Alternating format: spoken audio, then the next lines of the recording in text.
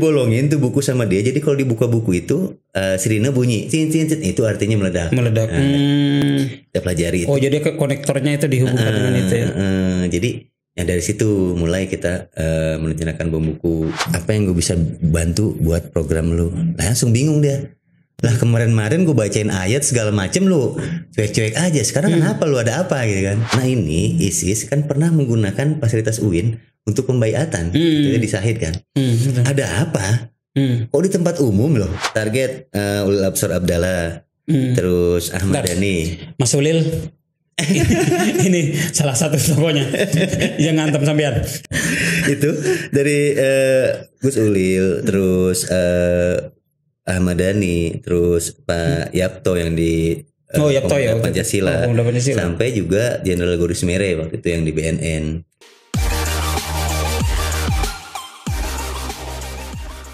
Oke, assalamualaikum warahmatullahi wabarakatuh. Selamat berjumpa kembali dengan saya Cak Hamid di YouTube saya ya, yang makin hari makin tambah kece ini. Tentu kekecehan ini berkat support teman-teman semua, support teman-teman yang sudah bersedia untuk subscribe, kemudian like dan share video-video saya.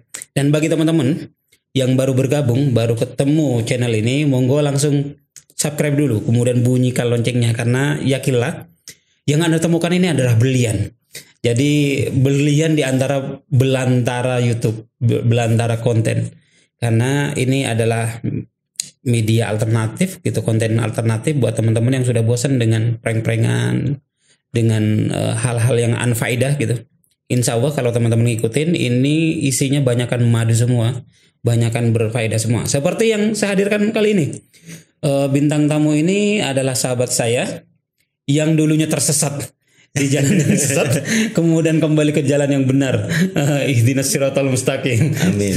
Sambut saja di depan saya Bro Hendy. Iya. Assalamualaikum Bro. Waalaikumsalam warahmatullahi wabarakatuh. Gimana kabarnya hari ini? Alhamdulillah Cak. Ya, sehat walafiat. Ya alhamdulillah. Lebih bersyukur lagi nih ketemu ente nih. Iya. Lama nggak ketemu di sini. Tadi pertama pembukaan kita gorengan, alhamdulillah berbuka ya. Iya, subhanallah. Ya, karena requestnya gorengan. Iya, requestnya gorengan. Gorengan. Iya, ya apalagi bisa ngobrol-ngobrol di sini, bisa memberikan ya sedikit ya informasi tentang apa yang mungkin belum diketahui oleh teman-teman kita yang lain. Oh gitu, betul. Jadi teman-teman semua, sahabat saya ini orang yang luar biasa, orang yang sebetulnya berpengaruh, pernah sempat menjadi media darling pada zamannya. Jadi menjadi sorotan banyak media kala itu. Jadi waktu di zaman-zaman tersesatnya dalam tanda kutip, bukan tanda kutip, memang betul-betul tersesat ya. Jadi maka saya bilang, bro, yuk datang kita ketemu, kita speak up gitu. Bukan apa ya, temanya kita bicara tentang hijrah gitu kan. Karena ini temanya bulan puasa, hijrah dari Islam radikal ke Islam moderat gitu. Islam Nusantara kalau yang kekinian ini. Karena beliau ini sekarang itu punya yayasan namanya Hubbul Waton. Hubbul Waton Indonesia. Dan kenapa lu bilang Hubbul Waton Indonesia? HWI gitu kan, bukan HWI yang produk itu ya, produk minyak macam itu kan ada HWI juga kan. Iya. Ini enggak, Hubbul Waton Indonesia. Dan kenapa kemudian saya bilang tersesat, karena sebelumnya ini ya bikin heboh, termasuk UIN menjadi terkenal se-Indonesia ya, gara-gara Hendy dan teman-temannya kala itu. Jadi Hendy ini sempat terlibat dalam tindakan terorisme. Teman-teman semua, dia dan kawan-kawannya membuat heboh dengan membuat, kalau teman-teman ingat, ada bom buku. Jadi satu-satunya di antara gerakan teroris Indonesia ada bom buku kala itu 2011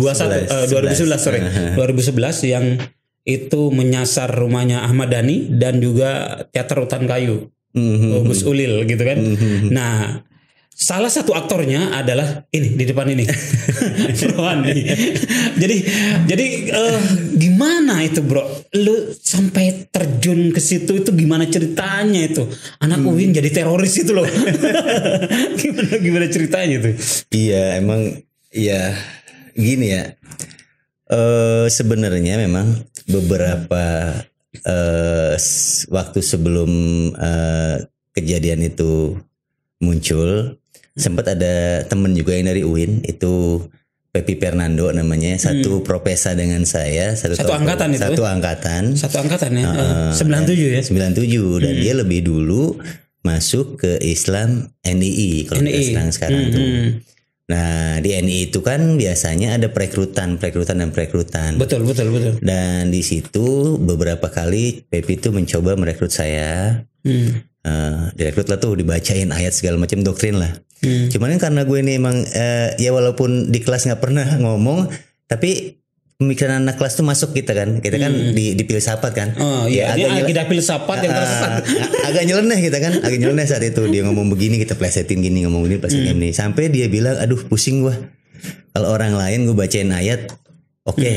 Tapi kalau lu kok kayaknya nggak masuk kuping kanan keluar kuping kiri, tapi begitu masuk kuping kanan langsung mental di kuping kanan gitu, nggak sama sekali nggak nyangkut gitu kan, dibilang seperti itu. Nah di perjalanan ya Pepi ini udah agak kecewa gitu, dia udah nggak mempedulikan, terserah deh lu mau masuk mau nggak terserah lu, yang penting gue bisa nongkrong di rumah lu, bisa ngobrol-ngobrol di rumah lu sama teman-teman yang lain, buka kajian gitu kan, lu masuk mau nggak terserah lu gitu. Oh lu nampung waktu itu? Nampung karena kan kedekatan pertemanan gitu kan waktu itu kan. Faktornya itu, yang penting gue nggak ikut-ikut lah gitu.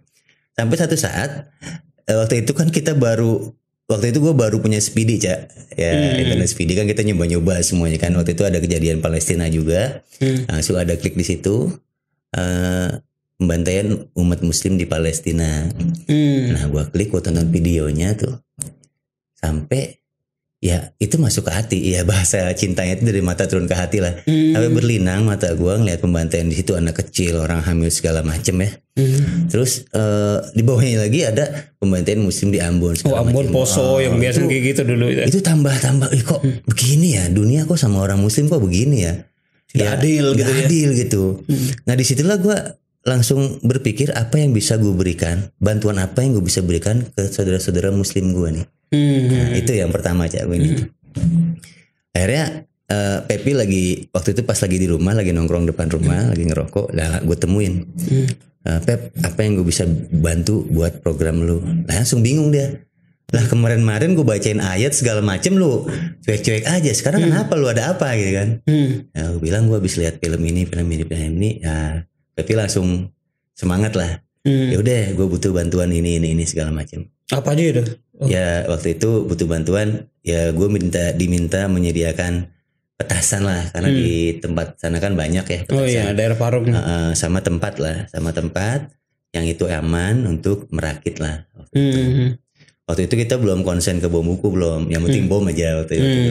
Nah, maka udah masuk ke dalam. Dia minta petasan, beliin petasan, minta apa, tempat, kita sediain tempat. Cuman waktu itu memang karena rumah kecil ya, lu boleh ke kamar ini Pep, kamar ponakan gue, kalau dia lagi nggak ada dan di atas jam 2 malam. Kalau dibawa jam 2 malam takutnya istri gue masih bolak-balik segala macam. Ya oke tadi ya. Udah atas jam 2 malam, disitulah Pepi buat ini dan itulah ya, termasuk bom buku. Awalnya kita belum sama sekali kepikiran pakai bom buku. Sama sekali. Nah idenya itu memilih buku itu nggak pipa, paralon, bom panci gitu kan? Jadi pertama apa karena di UIN itu kan? Apa kajian gitu? Atau gimana? Jadi nggak ada sama sekali hubungannya sama kita sering baca buku, enggak Cak? Enggak. Malah nggak pernah baca. Kita nggak pernah baca. Jadi pemikiran kita kita melihat teman-teman yang lain yang di pergerakan ini menggunakan bom-bom besar. Oh, bahasanya pergerakan ya gitu ya. Bahasanya pergerakan. Bom-bom besar itu kita lihat seringkali menyasar orang-orang yang bukan target. Karena radiusnya terlalu lebar. Terlalu besar, terlalu lebar. Nah dari sana kita berpikir gimana untuk meminimalisir itu. Nah terus tiba-tiba teringat waktu kita masih masa-masa di dunia hitam ya. Nah kita pernah terlibat di dunia narkoboy. Saat itu banyak banget itu. Saat itu luar biasa. Kita mengirimkan paket-paket narkoboy itu dengan buku kita lobangin, kirim ke Lampung, ke Medan, kemana. Nah kenapa kita nggak pakai ini aja? Oke, kata Pepi. Nah, Pepi lah tuh yang setelah itu Pepi yang merancang mekanisme sistem mekanis dari bom buku itu dia. Ledakannya gimana, elektrikalnya ya? Elektrikalnya dirancang lah oleh Pepi semuanya. Pas dia datang ke rumah dia udah bawa contoh buku nih. satu buku yang dalamnya ada rangkaian mekanis. Jadi Apa bukunya waktu itu? Lu masih ingat? bukunya sembarang sih. Jangan-jangan kamus bahasa Inggris itu yang gitu yang agak tebel-tebel itu. Kayaknya itu ngambil di perpustakaan juga deh. Tebel-tebel gitu kan. Tebel. Udah dibolongin tuh buku sama dia. Jadi kalau dibuka buku itu sirine bunyi, tin, itu artinya meledak. Meledak. Kita pelajari itu. Oh, jadi konektornya itu dihubungkan dengan itu ya. Jadi ya dari situ mulai kita merencanakan bom buku. Nah, pipanya ukuran berapa, nah terus radiusnya berapa. Jadi emang saat itu juga kenapa kita memakai bom buku, pertama tadi untuk meminimalisir korban. Kita nggak mau kalau orang yang nggak bersalah itu kena gitu. Oh, lu sedikit waras kata itu ya. Dulu biasanya kan teroris itu bagaimana masif, bikin horor gitu, bikin ketakutan, bikin worry. Lu fokus ke satu titik Personal. Jadi kita fokusnya antara buku dengan pembaca. Kan nggak jauh dia, pasti segini. Itu yang pertama. Yang kedua, kita juga jangan sampai mengorbankan orang yang tidak bersalah itu tadi. Itu yang gue nggak mau itu. Dan kita emang agak berbeda ya. Kalau jaringan lain mungkin ada juga yang kita dengar sering pakai bom bunuh diri. Bom bunuh diri. Kita nggak mau. Gue pribadi nggak mau karena kenapa? Lu masih pengen hidup. Satu begitu yang gue pernah baca juga bahwa nyawa seorang muslim itu lebih berharga banget gitu loh. Di mata Allah itu berharga banget. Jangan sampai kita kan muslim mengorbankan nyawa kita sendiri. Dan gue pikir-pikir lagi, kalau kita mati nanti pas Islam menang siapa yang nikmatin kan begitu ya. Tapi yang lu sasar itu kan orang muslim juga. Iya itu. Waktu itu Ahmad Dhani sama Gus Ulil ya. Ya itu gini kronologisnya. Pemilihan itu target kenapa mereka itu? Pemilihan target ya setelah gue ngidein bom buku itu pemilihan target. Gue tanya sama Pepi, kira-kira targetnya siapa? Ntar gue cari. Nah carilah sama dia. Nah begitu datang ke rumah, udah ada tuh target Ulil Absor Abdallah, terus Ahmad Dhani, Mas Ulil. Ini salah satu tokonya yang ngantem sampean. Apunten Mas Ulil. Sekarang insya Allah enggak. Itu dari Gus Ulil, terus Ahmad Dhani, terus Pak Yapto yang di Pancasila. Sampai juga Jenderal Goris Mere waktu itu yang di BNN. Loh kok kenapa orang-orang ini Pep? Nah alasannya kalau Goris Mere dia pernah jadi komandan Satgas anti teror. Terus kalau Ulil Absor Abdallah alasannya apa? Jil. Nah kalau si Ahmad Dhani dia masih ada darah Yahudi katanya. Padahal Soekarnois NU Tulen ya. NU Tulen dah. Terus yang selanjutnya siapa tadi? Pak Yapto ya. Dia di Pancasila. Oh, udah Pancasila. Oke lah Pak, masalah target lu yang iniin ya. Ya udah itu tanggung jawab gua. Lu bikin aja surat pengantarnya gitu kan. Jadi kan modusnya kita buku itu kita antarkan misalnya ke Pak Goris. Judulnya berbeda tuh dengan yang lain. Ke Pak Goris kita judulnya narkoba di kalangan para pejabat. Nah kan pasti tertarik dia buat buka gitu ya. Kita minta beliau ini memberikan kata pengantar. Review. Reviewnya. Itu juga dikirim sama tuh waktu itu. Dikirim dan juga sampai ke meja Pak Goris. Nah, dan alhamdulillahnya, alhamdulillah itu kejadiannya di Hutan Kayu duluan. Baru sampai buku itu ke meja Pak Goris. Habis Pak Goris kasih tanda, mau dikasih asistennya, disuruh dibaca. Ada kejadian di TV. Makanya ini nggak jadi. Kalau ini jadi dibuka, mungkin asistennya itu Bu Haji lagi. Ya Allah, kalau kejadian itu kan ya Allah, Robi. Nah, dari situ. Nah, yang meledak itu kan karena yang di Hutan Kayu itu sebenarnya meledak karena dibuka sama dia, Ca. Itu kan sebenarnya sistemnya kayak kulkas aja. Kalau dibuka pintunya nyala lampunya. Kalau nggak dibuka pintunya ya nggak nyala. Aman gitu. Aman. Selama itu buku nggak dibuka ya aman sebenarnya. Yang Dhani nggak meledak ya? Yang Dhani diledakkan oleh Densus di alat. Iya nggak sampai meledak itu kan? Meledak. Itu problemnya apa tuh? Baterainya habis. Oh, karena nggak langsung dibaca, nggak langsung dibuka. Karena waktu itu kan kita prediksi baterai itu tahanannya cuma 4 hari. Ya kan baterai Nokia biasa zaman dulu kan itu. Baterai Nokia biasa ketahanan 4 hari. Setelah 4 hari itu nggak mungkin ngangkat. Untuk detonator itu nggak mungkin ngangkat. Gitu. Nah, alhamdulillahnya waktu itu barang itu sampai ke manajemen Republik Cinta waktu itu ya. Dan mereka lagi konser di luar kota. Nah mereka pulang, ini udah lama nih ada di kantor satpam. Oh nggak dimasuk-masukin ya, nggak diantar. Masukin ya, alhamdulillahnya itu. Ya jadi ya. Total ada berapa yang dikirim waktu itu? Ada 4 waktu itu, Cak. Ada 4. Dan kita juga berbeda dengan teman-teman pergerakan yang lain tadi, misalnya kayak bunuh diri atau antar sendiri, kita enggak, kita lebih cari yang safety, kita ambil kantor pos. Rumah saya di Gunung Sindur, tapi saya milih kantor posnya itu jauh di Lewiliang sama di Cigudeg. Ya tujuannya sih cari kantor pos yang nggak ada kameranya, nggak ada CCTV-nya. Gitu. Ya, akhirnya dari sana berangkat sampailah ke tujuan kita itu. Gitu. Direncanakan sedemikian rupa ya, sebab pemilihan lokasi pengiriman gitu-gitu. Jadi memang ya bisa dibilang agak berbeda ya gitu dengan yang lain gitu. Terus ada donatur nggak kalian itu? Ada, cuman lucu, Cak. Kalau jaringan lain ya donatur tuh ya mungkin teman-teman Densus bisa waktu itu ketawa ya. Kalau jaringan lain mungkin donatur si A nyumbang 20 juta, 50 juta, 5 juta paling kecil. Nah kalau di saya nih, si A, kamu nyumbang apa? Karbit 1 kilo. Kamu nyumbang apa? Petasan. Kamu nyumbang patok tanah orang tuanya. Karena patok tanahnya itu pipa. Kita tukar sama besi siku karena pipanya buat pakai bom gitu. Jadi memang itu berangkat dari ya tongkrongan, patungan. Ada yang 10.000, ada yang 20.000, ada yang 15.000. Anak UIN ada berapa waktu itu? Anak UIN ada gua, Alan, Fadil, Pepi, 4 orang waktu itu. Pepi belum keluar ya sekarang? Pepi insya Allah Agustus ini keluar dia. Karena dia sebetulnya mastermind-nya. Lu? Mastermind-nya ya hanya penajam aja. Penajam. Yang ngasih ide buku lu. Iya itu. Gitu. Jadi ya semoga ya keluarnya Pepi ini juga udah bagus ya. Kalau kemarin sih dia terakhir ngasih kabar mau ikut Paskibra. Kalau di dunia pergerakan, jangankan orang ikut Paskibra, ikut upacara bendera aja udah. Dunia pergerakan kafir lagi. Dunia pergerakan. Aduh. Pergerakan di aktivisme itu suatu yang hebat itu. Ini gimana di dunia pergerakan terorisme. Jadi kita itu kalau ngelihat teman kita yang upacara udah tuh.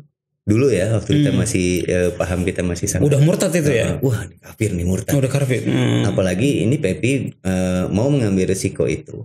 Artinya bukan cuma di lisan, sudah sampai ke hati bahwa NKRI-nya ini udah utuh kembali gitu. Walaupun kemarin sempat goyang dan ngambang kemana-mana, dan alhamdulillah NKRI-nya sekarang sudah utuh kembali gitu. Kalau lu yang kemudian membuat lu balik gitu, kemudian insaf gitu. Kemudian hijrah ini apa ya pemicunya? Oh, jadi di 2014 itu ya kalau nggak salah itu mungkin masih ada beritanya sekarang. Itu di penjara ya? Waktu itu kondisinya itu masih di Nusa Kambangan, Pasir Putih. Di Nusa Kambangan Pasir Putih itu ada baiat kepada ISIS di bulan Ramadan, tanggal berapa lupa. Yang jelas itu di tahun 2014. Agustus. Bulan Ramadan kayak gini ya? Kayak gini. Mereka baiat kepada ISIS. Nah, gue karena emang kurang yakin ya ISIS, ada nggak ikut baiat tuh. Kenapa nggak yakinnya? Nggak yakinnya karena kalau gue sederhana sih mikirnya ya, Rasulullah aja membentuk satu peradaban, satu kekuatan itu prosesnya panjang. Ini ISIS lahir langsung besar. Ada langsung besar, betul. Langsung boom gitu kan, langsung gede banget. Ada apa ini? Jangan-jangan ini rumah kardus nih. Cepet jadi, cepet habis. Udah nggak mau ikut. Lu khawatir itu? Lu khawatir itu udah. Jadi logika filsafat lu nalar di situ ya, logika ini ya. Gitu. Yang kedua, berpikir kritis. Yang kedua, dulu kita waktu ada pengajian di rumah itu, pengajian NII, ada 5 orang, 4 orang aja, itu berasa diawasin ya, berasa diawasin. Nah ini ISIS kan pernah menggunakan fasilitas UIN untuk pembaiatan, itu disahid kan. Ada apa? Kok di tempat umum loh? Ada apa ya kan? Mereka alasannya waktu itu, karena waktu itu kita argumen pertamanya acara bedah buku, terus kita pasarkan kepada acara baiat. Oke, misalnya alasan itu masuk, tapi apakah intelijen tidur semua kan enggak? Itu ada apa ini? Nah makanya dari situ udah nggak mau sama sekali ke ISIS, nggak mau. Karena kita nggak mau di ISIS, terus satu komunitas itu kita waktu itu 41 orang itu 11 yang nggak ISIS, sisanya ISIS. Kan termarginal kita nih kan. Pasti itu tuh termarginal, kita disingkirkan, kita dikucilkan, bahkan salam kita pun tidak dijawab. Saat kita mengucapkan salam assalamualaikum, mereka cuma jawab waalaikum. Artinya kalau salam kita tidak dijawab, udah dihalalkan darah kita dan harta kita. Malah ada sentimen, udah lewatin aja si Hendy, bunuh aja si Hendy. Nah, dari itu langsung gue berpikir, Cak, ada apa ya, kok ini sama-sama temen, sama-sama satu pergerakan, satu-satu perjuangan, sama-sama memperjuangkan Islam, kok gue diginiin ya, ada apa ya, ada yang salah nih di perjuangan gue nih. Itu mulai gue berpikir, ya, ternyata gue waktu itu lebih banyak menyendiri, baca, ternyata ketemu. Waktu itu nggak sengaja baca ini revolusi jihadnya Mbah Hasyim Asy'ari. Loh, ini kok Mbah Hasyim boleh ya jihad di Indonesia, ada apa ya? Oh, ternyata setelah gua pahamin, jihadnya dia itu di waktu yang tepat dan tempat yang tepat ya. Dan cara yang tepat. Ini berarti gua salahnya di sini nih. Waktu dan tempat gua salah, dan caranya juga mungkin salah ini. Wah, ini gua salah nih. Udah keluar dari ISIS. Pertama emang gua nggak respect sama ISIS. Selalu dimusuhi juga. Nah, terus gue pecah, gue sendiri dah tuh. Waktu itu dipanggil sama orang lapas. Ustadz, ini imam masjid besok hari Senin tuh pulang. Ustadz gantiin ya untuk imam masjid. Wah, gue ini kesempatan gue dah untuk memang benar-benar keluar dari kelompok ini. Oke Pak, saya terima, tapi saya pindah blok ya ke Napi Umum. Oh iya, udah nggak apa-apa. Pindahlah kita ke Napi Umum. Napi Umum itu ada orang Hong Kong, Pakistan, Nepal, segala macam, kita bergaul semua. Jadi kalau misalnya bicara masalah toleransi, ya kita bukan cuma teori tapi udah menjalani di sana sama teman-teman di sana kan. Tapi bagaimana itu ketika lu masih sebelum pindah itu kan? Itu kelompok teroris semua. Semuanya kan di situ dalam satu kolam kira-kira. Itu apa enggak kemudian mereka malah saling berlatih, upgrade skill itu? Oh iya.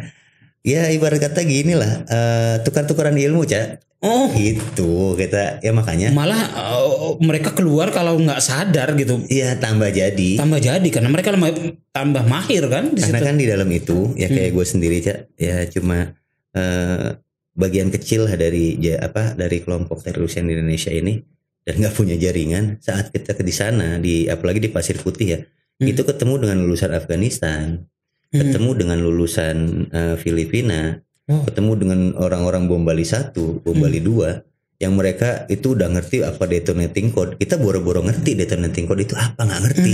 Nah, mereka ngerti. Dan di situ kita bukan tukar ilmu ya, diajarin sama mereka. Malah dimintorin. Waduh, iya, ini dicampur ini jadinya ini dicampur ini jadinya ini. Kalau kamu ke dapur nemuin ini begini. Anjir. Maaf ya saya nggak detail, takutnya nanti. Iya, betul. Itu kayak di film-film itu. Iya, bahkan itu nyata banget ya. Makanya banyak orang yang nyebut penjara itu sekolah. Betul. Sekolah ya. Jadi kalau misalnya kita di luar cuma biasa-biasa aja gitu, pas masuk penjara ketemu dosen-dosennya, iya upgrade, benar-benar di-upgrade, Cak. Wow. Nah itulah.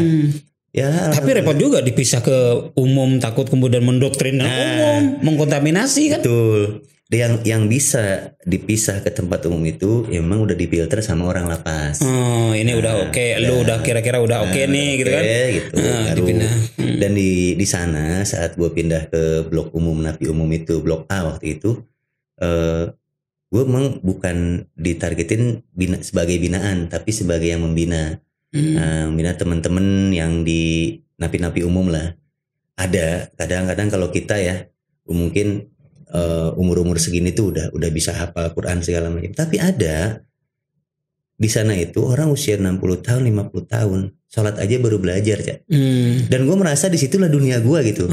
Dan lu justru bermanfaat di situ. Nah, gue kan kalau dulu Babe pernah bilang, lu kalau gak manfaat buat orang lain ngapain lu hidup, ya kan?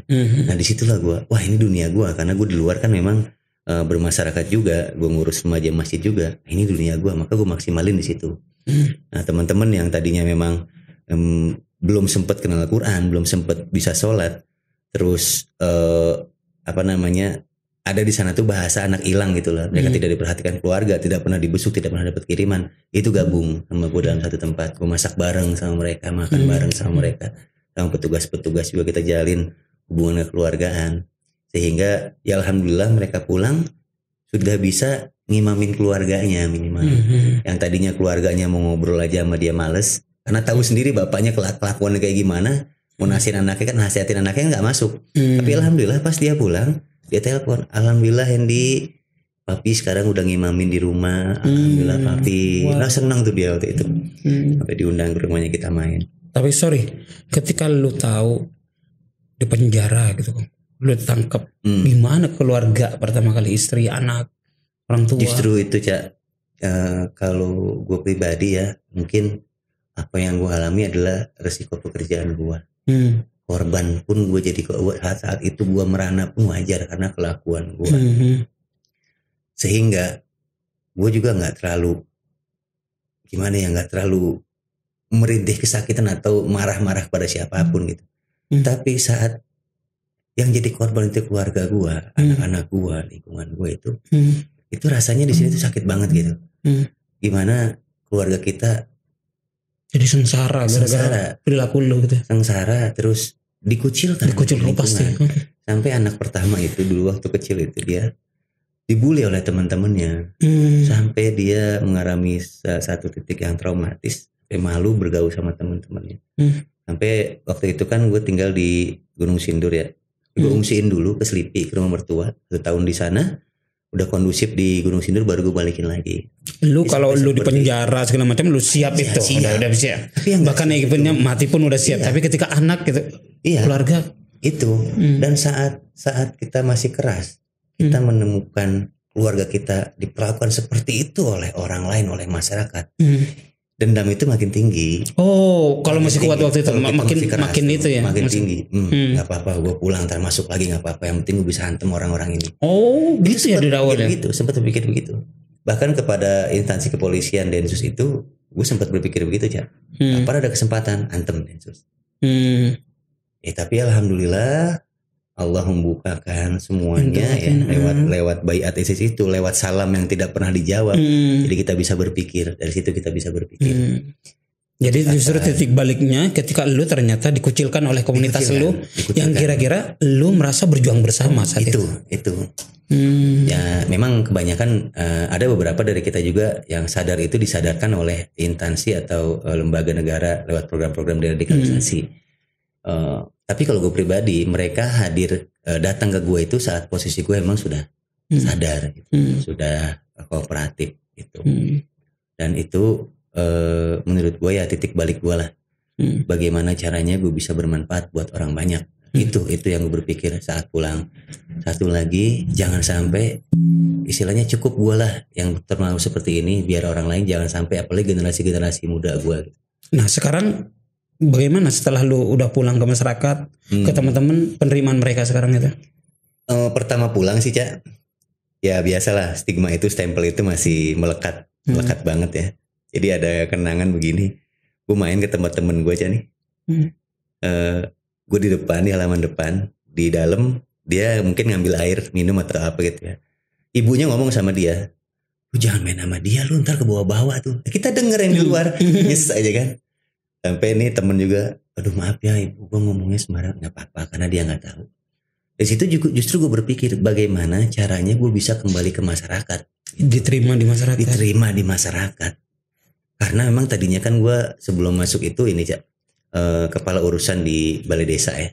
Jadi emang kita biasa di masyarakat, bermasyarakat. Saat kita dijauhkan dari masyarakat, ya seperti air yang ikan diambil dari air. Seperti enak lah gitu. Di akar gitu ya. Dicabut dari akar, nggak enak. Ya gimana caranya bisa bermasyarakat lagi? Dan sekarang sudah bisa. Waktu itu prosesnya panjang ya. Saat lagi ngojek kan pulang tuh nggak langsung dapat usaha, lagi ngojek. Ya cerita singkatnya ketemulah dengan Wakadensus waktu itu. Densus, ngobrol banyak sama dia, yang tadinya kita dendam banget sama institusi Densus nih ya. Tapi begitu sentuhan hati yang dia berikan kepada kita, apa yang kamu lakukan? Kan ditanya begitu. Pertama yang gue pinta pemulihan nama baik. Gitu. Akhirnya gue ajak, karena gue sama Karang Taruna di kampung kan memang masih akrab ya, masih selalu kita bina. Kita bareng anak Karang Taruna bikin satu program pengolahan limbah. Tapi di situ juga gue undang orang Densus ya, agar mereka bisa menerangkan bahwa Hendy sudah tidak Clear. bermasalah, sudah clear. Artinya juga buat teman-teman kuliah UIN yang masih khawatir terhadap Hendy, kawan kita ini, clear. Gitu. Ini udah clear. Insyaallah. Clear ya. Iya, Betul-betul udah hijrah ya. Hijrah aja. Dan, Amin, amin. dan insya Allah ya alhamdulillah hijrahnya gue ini bukan karena pengaruh orang lain gitu ya. Artinya terbentuk dari kesadaran gue sendiri gitu ya. Insya Allah itu bakal lebih kuat. Amin. Oke. Jadi teman-teman semua, ini sebetulnya agak panjang. Jadi kita bagi jadi 2 bagian. Jadi ini tentang masa lalunya gitu kan, Hendy. Kenapa kemudian tersesat gitu kan, kemudian hijrah gitu kan, dari tersesat dari bergabung dengan kelompok teroris gitu yang itu menjadi pilihannya, kemudian dia masuk penjara dan sekarang kemudian dia hijrah menjadi masyarakat biasa segala macam. Dan nanti di bagian kedua kita akan bedah terkait apa yang sedang dilakukan sekarang dan kedepannya mimpi-mimpinya seperti apa. Karena ini juga menarik yang oleh teman-teman. Jadi teman-teman yang baru gabung, monggo di subscribe YouTube kita, terus kemudian bunyikan loncengnya, dan juga kalau ada masukan-masukan monggo dikasih masukan, komen gitu. Kira-kira kelebihannya apa segala macam. Dan yang pasti saya berterima kasih karena sampai saat ini lumayan banyak yang sudah standby menonton updatean kita. Mungkin itu saja. Assalamualaikum warahmatullahi wabarakatuh. Waalaikumsalam warahmatullahi wabarakatuh.